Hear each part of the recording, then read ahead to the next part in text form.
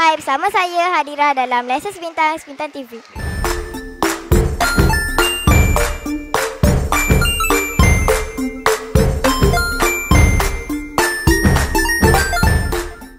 Hari ini saya akan membawa anda untuk melihat majlis peluncuran KRMJ 3.0 sesi petang peringkat Sekolah Kebangsaan Bukit Lintang. Jom ikut saya.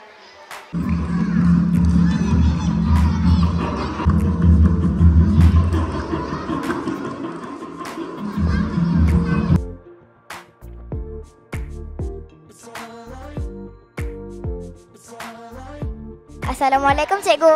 Waalaikumsalam. Boleh Cikgu kongsikan tentang majlis peluncuran hari ini? Ya, boleh. Terlebih dahulu Cikgu ucapkan terima kasih kepada pihak kru Sebintang TV yang sudi memberikan ruang untuk saya berkongsi tentang majlis peluncuran pada petang ini. Alhamdulillah, majlis pada petang ini adalah kesinambungan daripada peluncuran KRMJ sesi pagi tempoh hari, dan ini kita buat khas istimewa untuk murid-murid sesi petang. Dan Alhamdulillah, berkat dan amanah yang diberikan oleh Jabatan Pendidikan Negeri Johor agar pihak sekolah, bukan sekolah ya, satu sekolah di seluruh Malaysia untuk mengadakan mendekatkan murid-murid dengan persekitaran setempat. Dan untuk negeri Johor, inisiatifnya ialah untuk memperkenalkan dengan budaya yang ada di negeri Johor itu sendiri.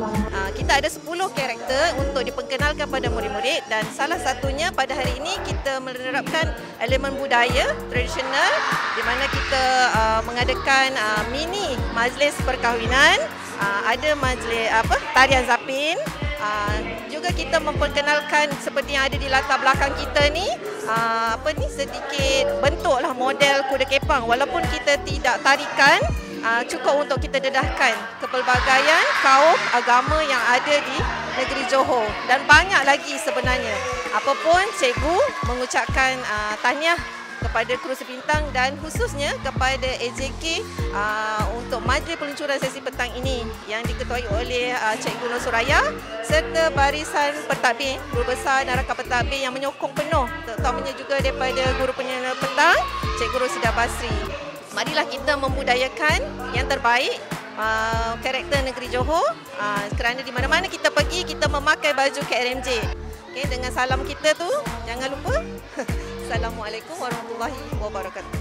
Okay, terima kasih Cikgu.